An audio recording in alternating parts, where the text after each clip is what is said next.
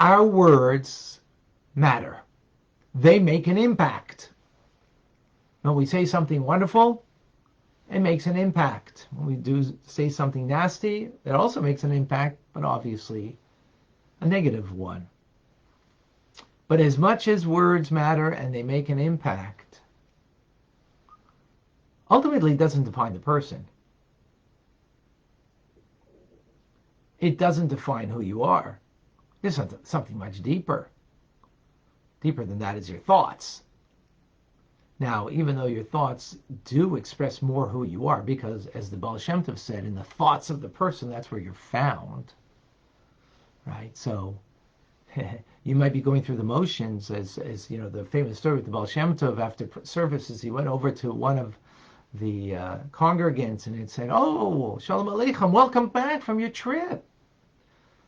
Congregant said, "Rabbi, I've been back for a couple of weeks, and I've been here." Says, yes. I know you physically came back from your trip, but during prayers today, in your thoughts, you were back on the trip. You were there back, and on your trip of business. Welcome back from that trip in your mind. In other words, in the thoughts of the person, that's really where you're at. Right?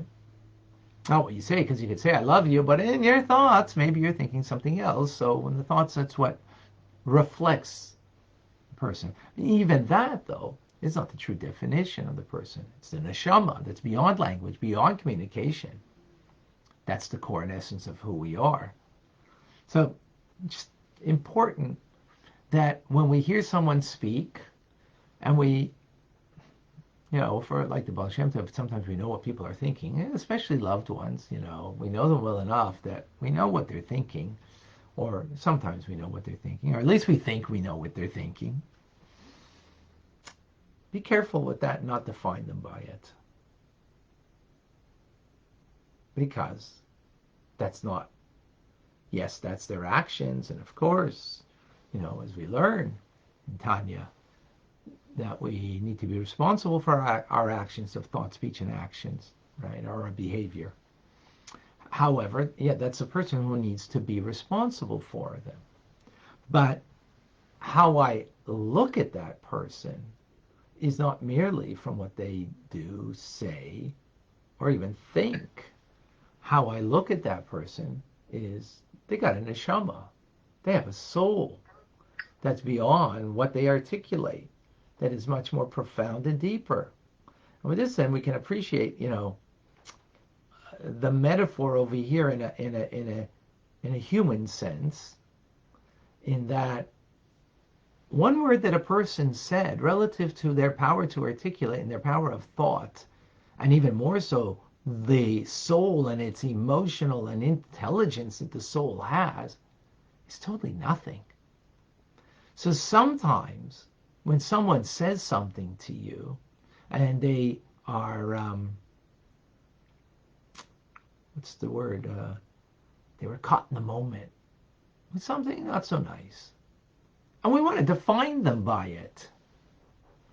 We want to, castigate them, put them into a category, put them into a box. Oh, this, what a, so on and so forth. Just think about this for a moment. That one word they said that was nasty, or a couple of words, whatever, right? Even one word. Jerk, right? Oh, that's nasty. And right away, might push a button, and therefore we became the victim of that word, and we're hurt. And because of that, all of a sudden, we made a judgment. And that one word, I put them into this box. The box. So this metaphor over here that we're learning maybe helps us how to kind of rethink it. It's one word. And relative to their power of words, and relative to their thought, and their soul even more so. It's really insignificant. So let me not make such a significant thing of this nasty word. After all, they have a soul that's a part of God. Just an interesting thought. Any questions, any comments, any discussion? 2 question marks before you ask a question on Facebook or Instagram so I can know that it's a question, but I don't see any because have such clarity. Amazing. Instagram, any questions? Anybody Instagramming?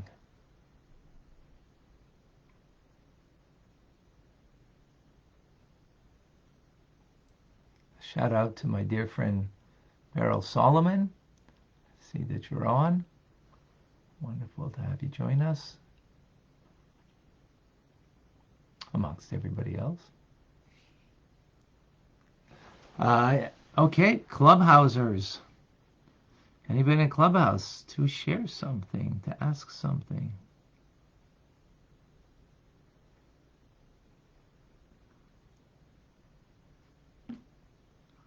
Wow, I guess such clarity everybody has. Amazing. Beautiful.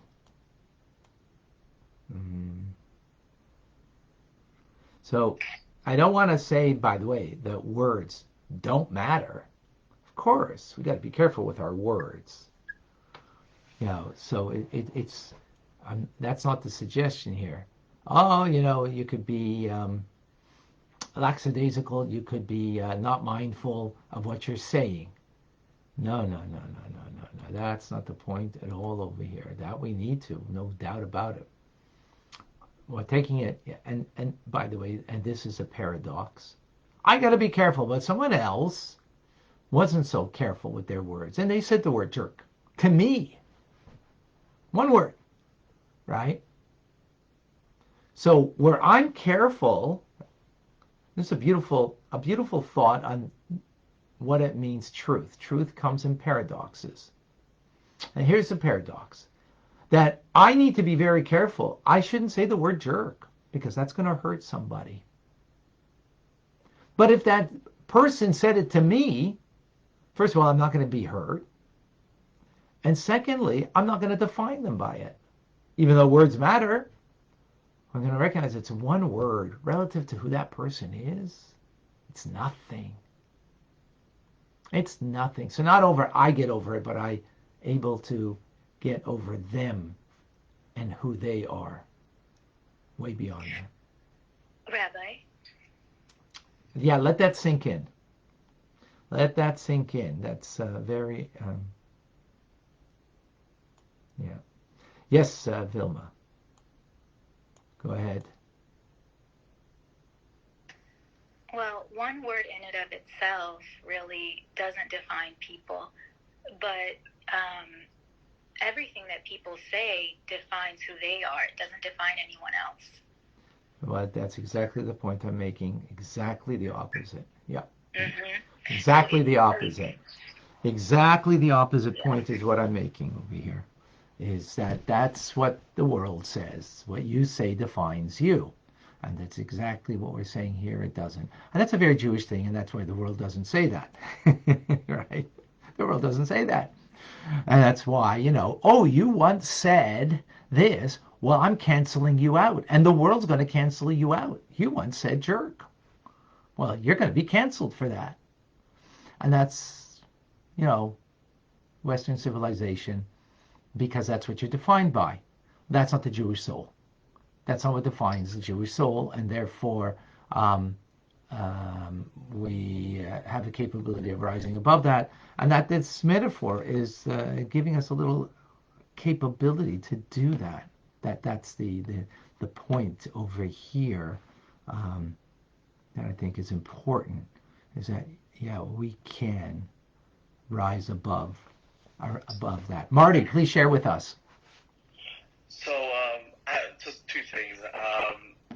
When I think of words, I think of like speech. I look at like the way God created a human with a face. He gave us 2 eyes, 2 nose, 1 nose with 2 holes, with 2 ears, except for your mouth. Your mouth actually is the only part of your body that has 2 barriers from speaking, your teeth and your lips. to stop you from using words. And so I just wanted to add that to the conversation. But the question I had is regarding like Lashon Hara. There is consequences to speech, and there is things that do happen if you do say something that's wrong. How does that correlate with what you just said? So, again, this is the paradox over here. Absolutely, I said words matter, and I said we got to be careful ourselves. Don't call somebody a jerk, right? Or whatever. I'm using the word jerk because it's just someone put it up over here.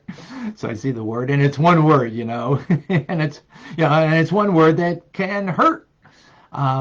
So yeah, we should not do that. Words do matter, absolutely. So and there are consequences of it. But the paradox is, right, is that I've got to be careful. But if the word was said to me, how should I take it? Should I define that person by it? Should I be hurt by it? Should I make it matter or not? Well, if you understand that one word relative to who that person is so insignificant, so you know what? Make it insignificant for yourself on how you take it and how you look at that person. That's truth. That's a hard thing to live. The world is, what's good for the goose is good for the gander, right? So if I can't say a nasty thing, then you can't, and therefore if I'm going to be judged by it, then I'm going to judge you by it. No, that's Western civilization, and that's the cancel culture that's going on, because of that. No, it's actually it's a paradox over here. There is, that I got to be extremely careful. Absolutely. Words do matter. And if I do say something nasty, you know what? Be pained by it, do tshuva, and fix it 100%. Now, does that mean that someone else, vis-a-vis me, or vis-a-vis me, not vis-a-vis someone else, right? Vis-a-vis me, the same thing happened. I turn it around the opposite way. That's godly. The other way is human, and that's what humans have been doing for the last 55,780 plus years. We need to get to the godly place. The godly place is that I live with that paradox. Just like, let me ask you something. You know what the ultimate paradox is? Is God something or nothing? The Rambam says he's built in Metzias Nimsa. Without being, he's found. Can you say he is a being? Well, if he's a being, that means he has definition. But on the other hand, is he not found? So what is he? Is he nothing, or is he the ultimate something? That's the paradox. Both, right? So it's that godly means a paradox. Truth means a paradox, and this is a paradox over here. Absolutely. But when you think about it, it's true. It resonates with truth. It resonates with a higher self, not with our lower self. That would be, again, what the world around us is, and the human condition, what the human condition is, and we're here, learning Tanya, Beinoni in training to rise above that. Does that resonate, Marty? Yeah, it does. Thank you so much. Thank you for sharing that. Yeah, just to bring clarification. Very much appreciated. Because, again, we got to wrap our minds around it. It's not obvious, but I hope when you hear this, it becomes, oh, wow, that's the way to live. Now, Laura, I lost the feed on what you just asked, so if you want to put it back up. How do you feel about a person who speaks of a destruction of Israel and says anti-Semitic remarks? Of course, that person is, it's not that, again, I'm talking about what someone said to me. Someone said about the Jewish people, that's a different story. Someone said about another person, that I need to stand up for, because maybe they need someone to help them, to stand up for them. That's a different story. Let's not mix things here and get confused. Absolutely. Do we stand up and, call it out? Absolutely. That's not what we're talking about. That's not what I was talking about. So make sure that we're on the same page and talking about the same idea, right? So we're not confusing the notion over here. Asher, is this not what expressed in the Kaddish, our statement of faith, that the Holy One, blessed be He, beyond blessing, hymns, praises, and consolation, utterance of this world? Yeah, for sure, that's in praise of God, but I'm not certain how that ties in over here. I have to think about that, if it does tie in. I'm sure it does on some level. Vicky, we are fallible and speak from a place of pain and defense like animals cornered. Vicky, very true what you just said. And that's why we're here to learn Tanya, to rise above that condition. We have an animal soul, and so long as we are living by it, yeah, that's where we're going to be. And we're going to be vindictive. Someone hurt me, and I never hurt them. I was kind, I was good, and they hurt me. So we're going to be angry, we're going to be vindictive, and so on and so forth. And that's the culture. And that's what we're trying to rise above. Again, that doesn't mean there isn't responsibility for what people do and what people say. Absolutely. I'm not talking about the responsibility that they have. We're talking about, how am I taking it that person did something to me? That's the question. How am I taking that? And furthermore, how am I seeing that person now? If it's a rotten, a good for nothing Nazi, whatever. We are, maybe we're not going to be so kind because of what they, what they are doing to the world and to people. But let's talk about your friend. Let's talk about your loved ones. Let's not talk about. I lived here. I've been living here in Montreal over 40 years. I'm an identifiable Jew, by the way. People see me, they kind of know right away I'm Jewish. I rarely come up against anti-Semitism. I don't even think once in 2 years or once in 5 years. Maybe, I don't know. Rarely. So is that my world? No. But you know what my world is? That someone that I love said something nasty to me. Right? I mean, whatever. You know what I mean. I don't know if anybody truly did that, but whatever.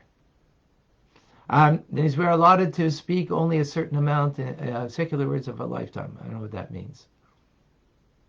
I don't know what you mean by that. Any tips on less judgment? Yes, what we just learned. Rick, if we think about what we just learned and the truth of it, then we'll be able to do that. Okay. Natalie has a question on Instagram. All right. An Instagram question. Hopefully we'll give an Insta. How do we tackle that? How do we tackle what?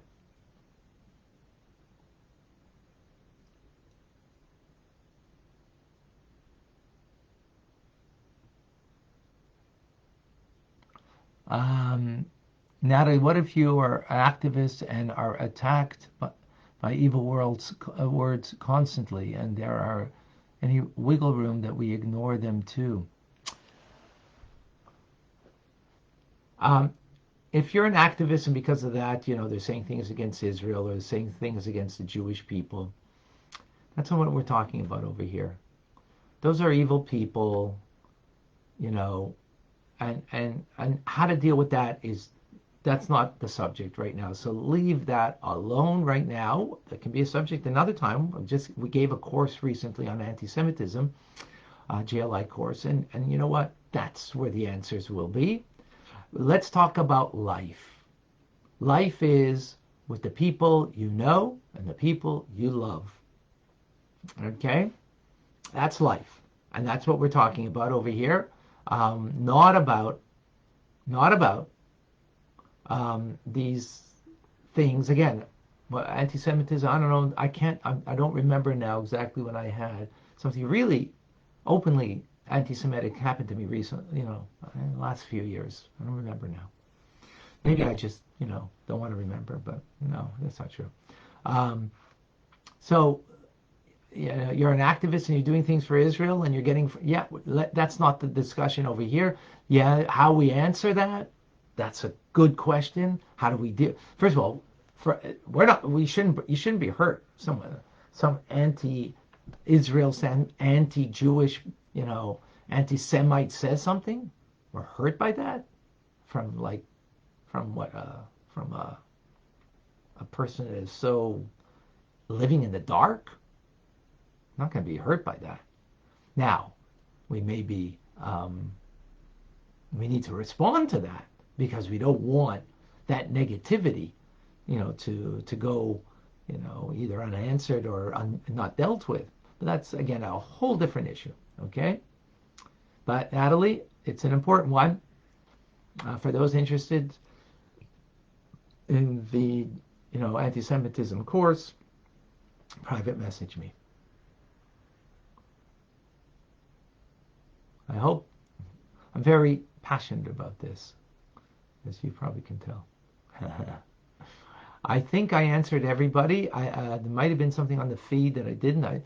I find the ability to forgive others for nasty words, but later on the feelings or hurt come back. That's normal, Laura. Thank you for sharing your challenge, which is, I think all of us have it. And we then have to deal with it again on a higher level. You gotta have to deal with it again. And here's a way we can deal with it is by thinking about one word relative to that person. So don't define them by it. Don't make them that. The world does, but that doesn't mean you should. Vilma, I'm sorry, Vilma. I'm sorry. Just give me. I've got to deal with others over here first, if you don't mind.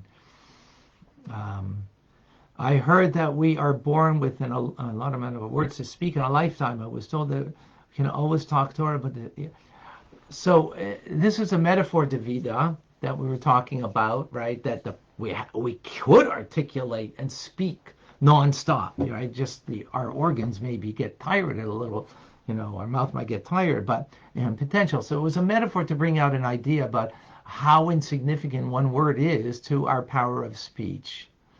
Okay, so it's a metaphor, but it's true. We are allotted only a certain amount of days, only a certain amount of words. That's true. That we will say. So that's why. Make those words count. Make those words impactful that will, brighten up a person's day, will have, real significant value in someone else's life. So yeah, absolutely. 1 second. Okay. Go ahead, Vilma. Sorry, I just want to be on before I lose the feed on people. So, 2 things. I know that there is something in the evening prayers that talks about forgiveness and about how, letting go of the things that happened that we may have done or that others may have done to us is really important because every day is a new day. Now, like what people say does define them at that moment. It doesn't define them for eternity because their soul is not limited, like you said. But at that time, if they're saying something to you, no matter how it's said, it's about understanding the person and the message behind it, not the actual way they're saying it or how they're expressing themselves or if they're using expletives or not. This applies in the workplace or anywhere else. You listen to try to understand what the actual person is trying to say in their message to you because it's important for them. But like you said, that doesn't mean that they're defined by it. It's just that they're trying to communicate something that's important to them. And then it's important to let it go. If it's, you trying to have a working relationship or any type of relationship with someone, you can't hold grudges and then be working and peaceful with them. Mm-hmm. Yeah. Yes. Thank you. Thank you. Eliana, please share. Thank you. One thing I was just thinking about as everybody was talking and asking questions is that I personally, something that I have found a lot of peace within myself. I have no control over anybody else. The only person that I have control over and the only soul I have control over is my own. So in all of this, it's what responsibility do I have in the moment? So if I'm the one speaking, my responsibility is to choose my words correctly or to choose silence, because sometimes silence is the better word. And if someone's speaking to me, I choose how I react to that. And I can choose, if someone calls me a jerk, I can be like, well, you're a jerk back, and that's my choice, be it a bad choice or, or not the best choice. Or I can say they're having a moment. Yeah, that doesn't define them. They're pretty cool otherwise, or they're just having a bad day. I think about the times that working in retail, when I've worked in retail in the past, you get customers that are grumpy and you get customers that are great. And then there's days that I might have replied grumpy. And there's days I have said something grumpy to a cashier and gone back to apologize because I wasn't acting in the best way, and that affected her. And my responsibility at that moment was, one, I should have chosen better words, but then to go back and fix it.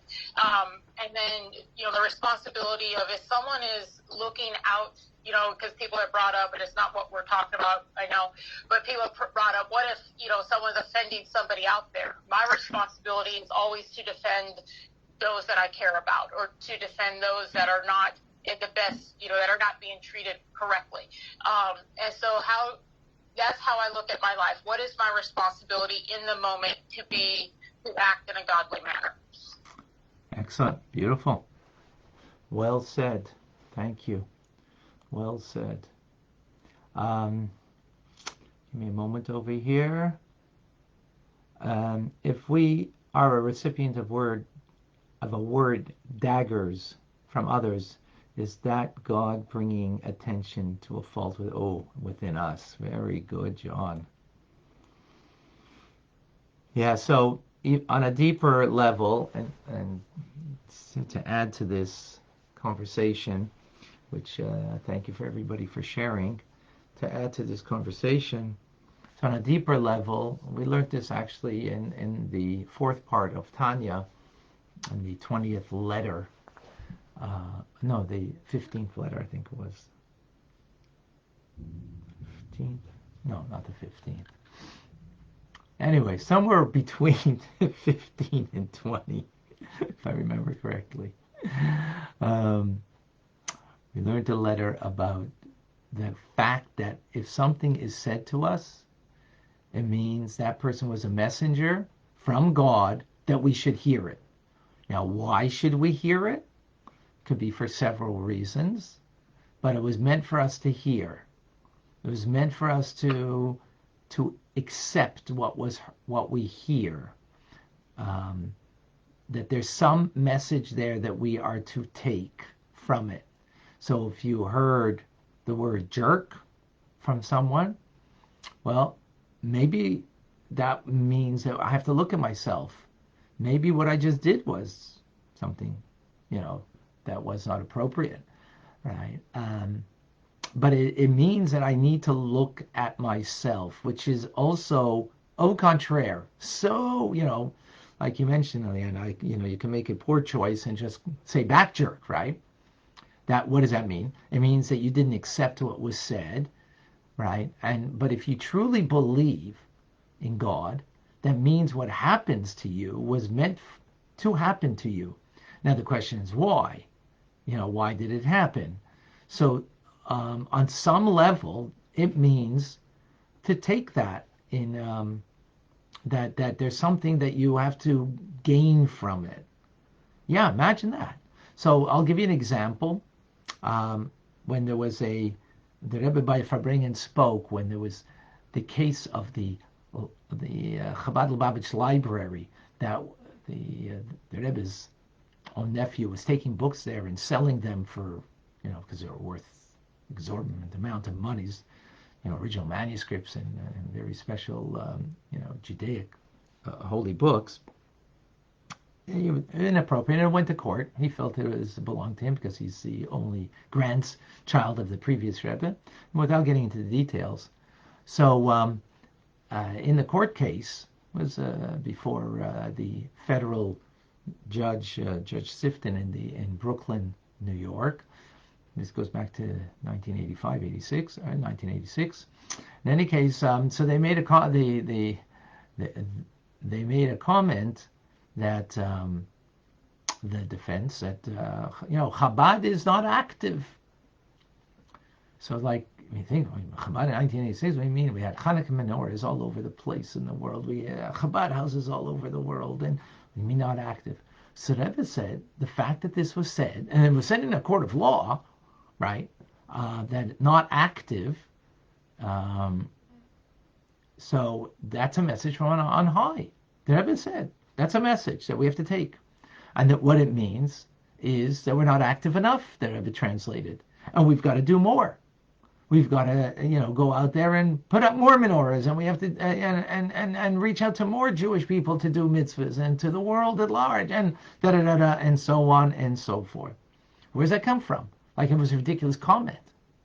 I mean, they had a basis on because they tried to separate the Rebbe from the previous Rebbe and things, whatever. But that's not important. The important is that a word was said, and it was even in a court of law. And the Rebbe said, well, everything is divinely orchestrated, and the fact that this was said and was heard means there's something we have to take from it. As ludicrous as it might be, there's something there. And the Rebbe said that we have to buckle down, and we've got to do even more.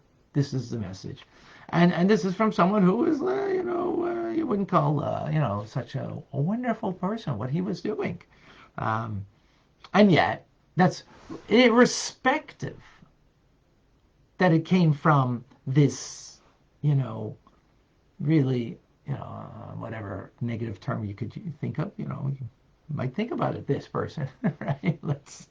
Whatever. I'm only saying that in order, and I'm not saying anything negative, but I'm just giving that you would think such a person that he says something. There's nothing to take from it.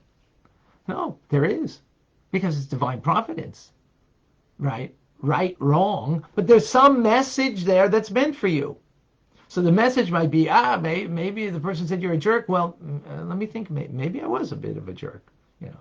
Maybe that person was even a bigger jerk. But that's got nothing to do with how I take the message. So and when I think about it that way, wow, that's very different. Again, what a paradox, right? Such a person and says something like there's a message to take there. Yeah, there is. All right, folks. I would love to talk more and Fabring more. Soon I'll have to take out the L'chaim over here because what if I bring it over here? It's beautiful. Thank you for all of your comments and questions. And really, I didn't expect such a, it was a very short class, but a beautiful Fabring it comes with the class. I'm Rabbi Ronnie Fine, coming to you from Chabad Zich in Kadesh in Montreal, Canada. It's a privilege and a pleasure to share with you the Tanya. Remember Rambam today at 1 o'clock, and remember to have a wonderful Shabbos, and that Sunday we will have 2 classes from Shabbos and from Sunday. Have a wonderful day and a good Shabbos, everybody. God bless.